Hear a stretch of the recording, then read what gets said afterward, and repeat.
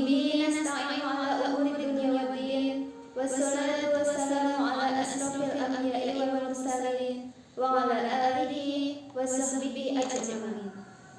أشهد أن لا إله إلا الله وأشهد أن محمدا عبده ورسوله.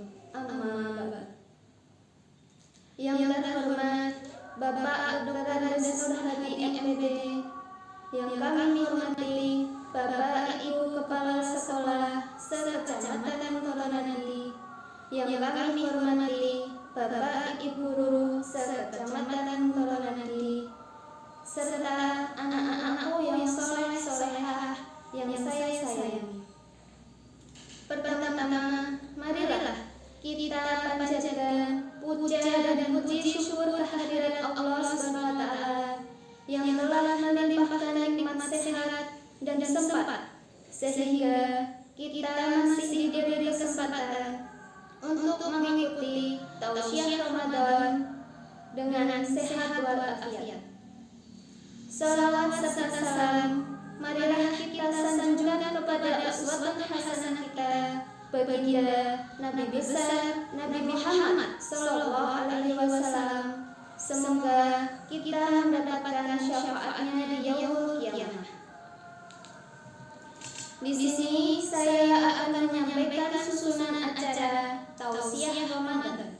Yang pertama, pembukaan. Yang kedua, pembacaan ayat suci Al-Quran. Yang ketiga, penyampaian tausiah Ramadan. Dan yang terakhir adalah penutup. Hadirin wal hadirat rahimakumullah, marilah acara ini kita buka dengan membaca basmalah bersama-sama.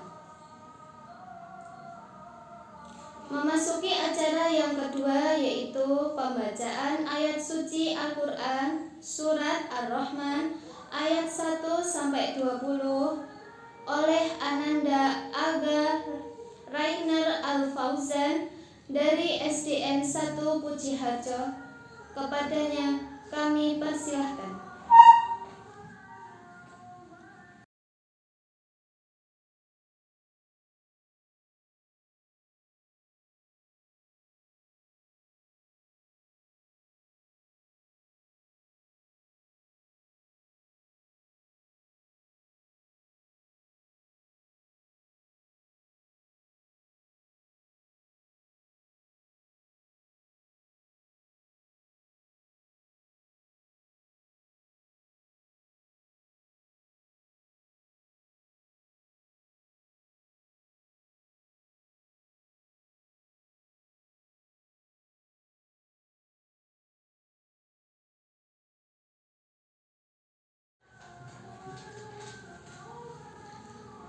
A'udzu billahi minasy syaithanir rajim. Bismillahirrahmanirrahim. Ar-Rahman 'allamal Qur'an, khalaqal insan, 'allamahul bayan, asy-syamsu wal qamaru bihusban, wan najmu wasy-syajaru yasjudan, was-samaa'a rafa'aha wa wada'al mizan, alla tataghaw fil mizan, wa aqimul wazna bil qisti wa la tukhsirul mizan, wal 'amda wad'aha lil anam, fiha faqihatun wan nakhlu zatul aqmam, wal habbu dzul 'asfi war raihan,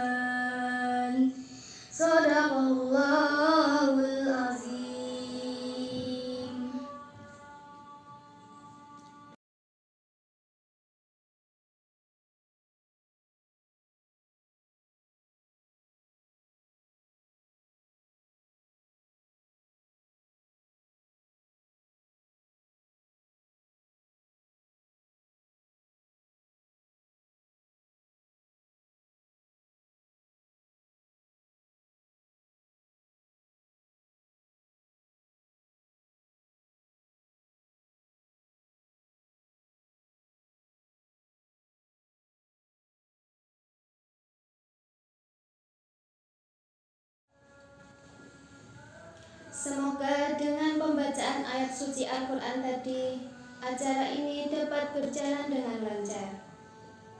Acara selanjutnya yaitu penyampaian materi oleh Bapak Ahmadi SPDI MPDI dengan tema Nuzulul Quran.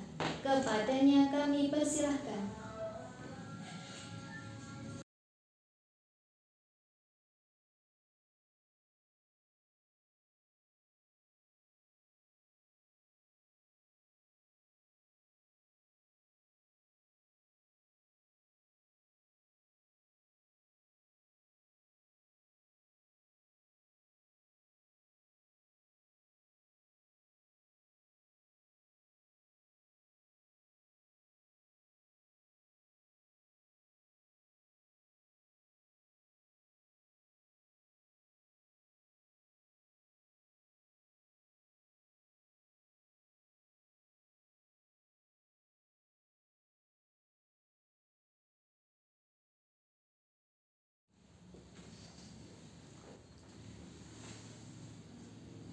Bismillahirrahmanirrahim. Assalamualaikum warahmatullahi wabarakatuh. Alhamdulillahirabbil alamin. Wassalatu wassalamu ala asrofil anbiya'i wal mursalin wa ala alihi wa ashabihi ajmain. Amma ba'du. Qala Allah ta'ala fi kitabil karim. Bismillahirrahmanirrahim. Inna nahnu nazzalna dzikra wa inna lahu lahafidun. Shadaqallahul adzim. Para hadirin jamaah muslimin muslimat, sahabat Ramadan yang dirahmati Allah Subhanahu wa taala. Alhamdulillahirabbil alamin. Pada kesempatan kali ini kita masih dipertemukan dengan bulan yang suci, bulan yang penuh rahmat, bulan yang penuh dengan maghfirah. Alhamdulillah kita diberi umur panjang, sehingga perlu kita syukuri, salah satunya dengan cara belajar mengkaji ayat-ayat Al-Quran. Di dalam bulan Ramadan yang mulia ini, Allah Subhanahu wa ta'ala menurunkan kitab suci Al-Quran, yaitu pada malam yang disebut dengan malam Lailatul Qadar. Ini disebutkan dalam surat Al-Qadar. Bismillahirrahmanirrahim. Inna anzalnahu fi lailatul qadar. Sesungguhnya kami telah menurunkannya, yaitu Al-Quran, pada malam yang mulia. Yaitu Allah menurunkan Al-Quran dari Lauhil Mahfuz ke Baitul Izzah. Itu disebut malam Lailatul Qadar. Jadi firman Allah atau kalam Allah yang sudah tersimpan atau yang sudah diturunkan ke Lauhul Mahfuz itu akhirnya diturunkan ke Baitul Izzah, yaitu langit dunia. Akhirnya dari Baitul Izzah diturunkan kepada Nabi Muhammad sallallahu alaihi wasallam dengan cara berangsur-angsur. Jadi ketika dari Lauhil Mahfuz ke Baitul Izzah, Al-Quran diturunkan sebanyak 30 juz. Akan tetapi ketika dari Baitul Izzah kepada Nabi Muhammad diturunkan secara berangsur-angsur sesuai dengan permasalahan yang ada di dunia ini. Ketika ada permasalahan, maka turunlah sebuah ayat sebagai solusi terhadap permasalahan tersebut. Allah Subhanahu wa ta'ala menyampaikan firman-Nya kepada Nabi Muhammad sallallahu alaihi wasallam bukan serta-merta. Nabi Muhammad sallallahu alaihi wasallam pada saat itu berkholwat di Gua Hira, yaitu di Jabal Nur, tepatnya di kota Makkah bagian utara. Nabi Muhammad berkhalwat atau kontemplasi atau bermeditasi di dalam gua dengan sekian waktu yang cukup lumayan lama, sehingga Allah Subhanahu wa taala mengirimkan malaikat Jibril alaihissalam pada tanggal 17 Ramadan, yaitu malaikat menyampaikan surat yang pertama kali, yaitu surat Al-Alaq ayat 1 sampai dengan 5. Ketika itu malaikat Jibril memeluk Nabi Muhammad dari belakang, sehingga Nabi Muhammad sangat ketakutan karena belum tahu siapakah yang datang ini. Ternyata yang datang bukan syaitan, bukan iblis, bukan jin, tetapi Namus Akbar atau Ruhul Amin atau Ruhul Kudus, yaitu nama lain dari malaikat Jibril alaihi salam. Pemirsa sahabat Ramadan yang dicintai Allah Subhanahu wa taala, dalam kajian ini akan saya sampaikan bahwa Al-Quran diturunkan kepada Nabi Muhammad Sallallahu Alaihi Wasallam ini dengan bermacam-macam cara. Yang pertama, bahwa Al-Quran diturunkan kepada Nabi Muhammad Sallallahu Alaihi Wasallam dengan cara ar-ra'yu as-salih. Artinya malaikat langsung datang kepada Nabi Muhammad, sehingga malaikat mengajarkan kalimat-kalimat atau kalam-kalam Allah itu kepada Nabi Muhammad SAW, sehingga di dalam hati Nabi Muhammad langsung memahami, langsung faham apa yang disampaikan oleh malaikat, seperti yang disampaikan ketika di Gua Hira.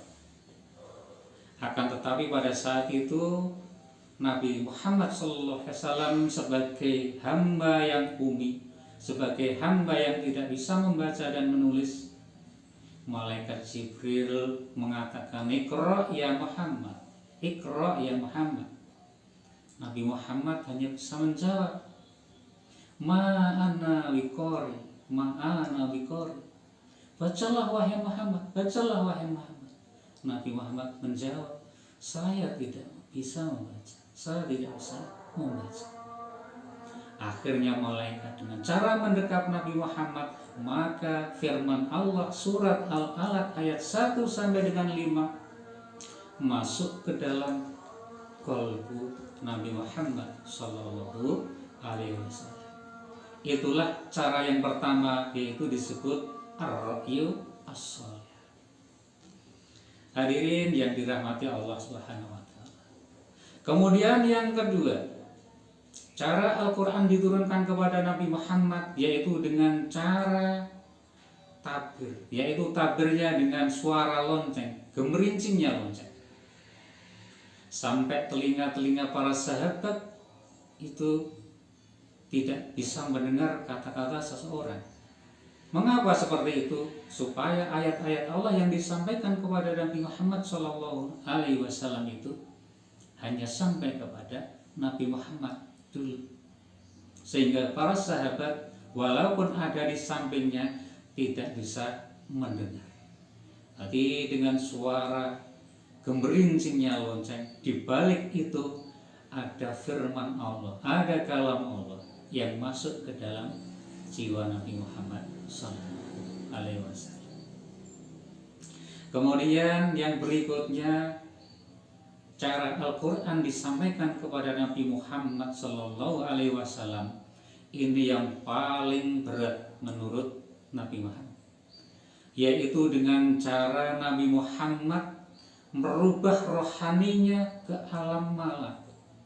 Nabi Muhammad masuk ke dalam alamnya malaikat, jadi seperti malaikat, berubah rohani seperti malaikat. Itulah keadaan diterimanya wahyu Al-Quran yang menurut Nabi Muhammad adalah sangat-sangat berat. Itulah para hadirin, dengan 3 cara itu diturunkannya Al-Quran kepada Nabi Muhammad, dengan cara yang mudah sampai cara yang sangat berat, sehingga kita umatnya wajib untuk mengimani, wajib untuk menghayati, wajib untuk mengamalkan apa yang menjadi pesan-pesan di dalam Al-Quran. Alhamdulillahirabbil alamin, kita ditakdirkan menjadi umat yang beriman kepada Allah, sehingga bisa mengkaji isi-isi Al-Quranul Karim. Karena Al-Quran itu kitab yang sempurna, kitab yang disampaikan bukan hanya untuk umat Islam saja, tapi disampaikan untuk semua manusia yang ada di bumi ini. Mengapa seperti itu? Karena Al-Quran, karena Islam adalah rahmatan lil alamin. Seandainya Al-Quran itu hanya disampaikan kepada Nabi Muhammad saja, khusus umat Islam saja, berarti Al-Quran itu belum sempurna. Dimungkinkan masih ada kitab-kitab berikutnya, dimungkinkan masih ada nabi berikutnya. Maka tidak mungkin Al-Quran ini belum sempurna. Apakah kitab-kitab samawi terdahulu belum baik? Tidak baik? Misalnya Zabur, baik, benar, tetapi benar untuk masyarakat saat itu, untuk zaman itu, untuk umat pada waktu itu. Akhirnya disempurnakan lagi. Ada Taurat, apakah tidak benar? Benar, akan tetapi benar dan baik untuk umat saat itu, Bani Israel misalnya. Kemudian disempurnakan lagi, turun kitab Injil kepada Nabi Isa. Apakah Injil tidak benar? Apakah Injil tidak baik? Injil adalah baik. Tapi mengapa Allah masih menurunkan kitab suci Al-Quran? Karena Al-Quran adalah kitab penyempurna dari kitab-kitab terdahulu. Misalnya ajaran dari Taurat, umatnya dilarang untuk membunuh, umatnya dilarang untuk berzina. Itu masih sesuai dengan kitab Al-Quran. Hanya ada satu hal, misalnya orang-orang Yahudi diperintahkan untuk memuliakan hari Sabat atau hari Sabtu. Tetapi untuk saat ini di dalam Al-Quran, Allah memerintahkan untuk menghormati, untuk memuliakan selain hari Sabtu. Misalnya hari Jumat, bulan Ramadan. Jadi Al-Quran adalah penyempurna kitab-kitab terdahulu. Hadirin yang saya hormati, sahabat Ramadan yang berbahagia, selain itu Al-Quran diturunkan kepada Nabi Muhammad itu bertahap. Di awal sudah saya sebutkan tahap pertama, yaitu dari Allah disimpan di Lauhil Mahfuz. Lauhil Mahfuz itu kalau untuk ukuran manusia seperti kita mungkin bank data atau laptop atau sejenisnya. Kemudian dari Lauhul Mahfuz tahap kedua diturunkan ke Baitul Izzah,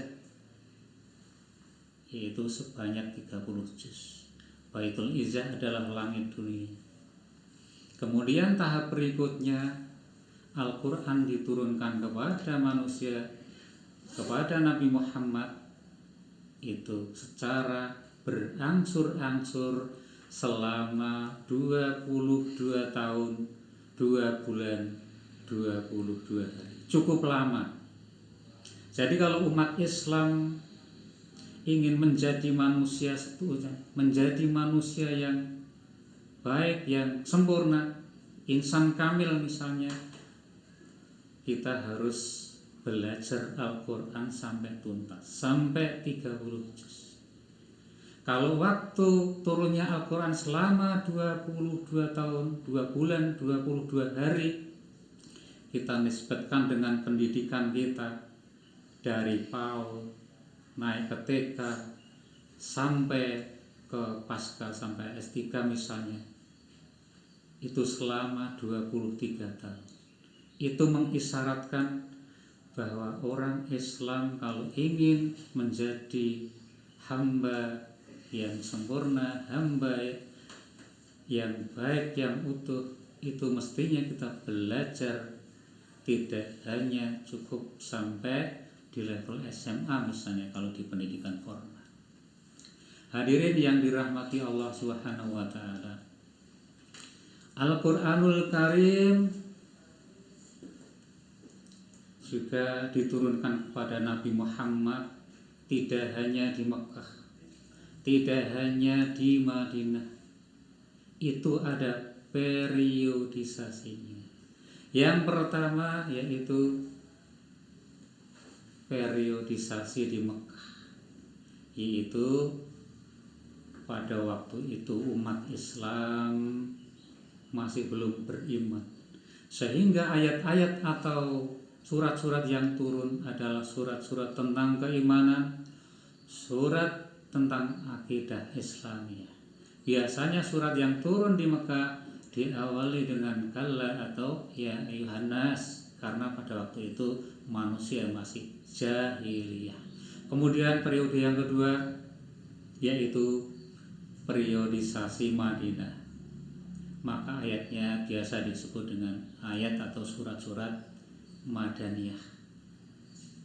Ayat-ayatnya panjang, surat-suratnya biasanya diawali dengan ya ayyuhalladzina amanu, karena pada waktu di Mekah umat Islam, umat-umat yang ada di Madinah kebanyakan sudah beriman kepada Allah Subhanahu wa taala. Hadirin yang saya hormati, yang terpenting adalah kita sebagai umat Islam, marilah kita pelajari Al-Quran dengan sungguh-sungguh seperti amanat yang pertama, yaitu Iqra bismi rabbikal ladzi khalaq. Kita wajib belajar, kita wajib membaca, kita wajib penelitian, riset dan sebagainya demi kesejahteraan, demi kemakmuran umat Islam. Sehingga kita sebagai umat Islam untuk saat ini yang terpenting belajar menggali Al-Quran dengan sungguh-sungguh demi kemaslahatan umat Islam, demi kemakmuran orang Islam. Hadirin yang dirahmati Allah, sahabat Ramadan yang berbahagia, demikianlah apa yang bisa saya sampaikan pada kesempatan kali ini.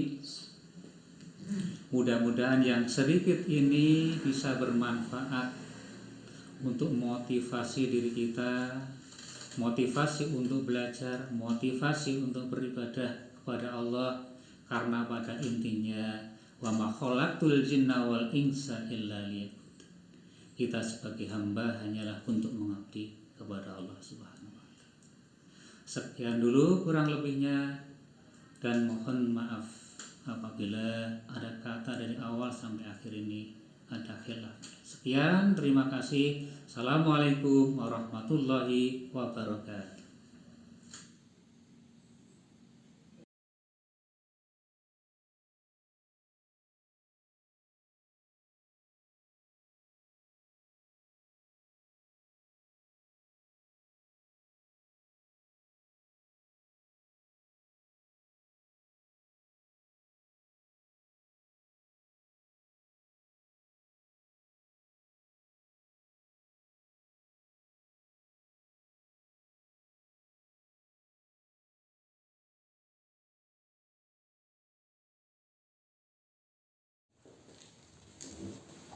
Alhamdulillahirrabbilalamin. Hadirin wal hadirat rahimakumullah.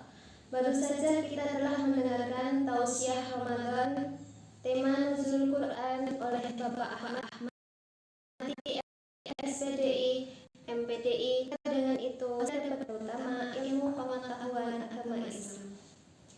Saya selaku pembawa acara mohon maaf yang sebesarnya bila banyak salah dalam bertutur kata. Marilah acara ini kita tutup dengan bacaan hamdalah bersama-sama.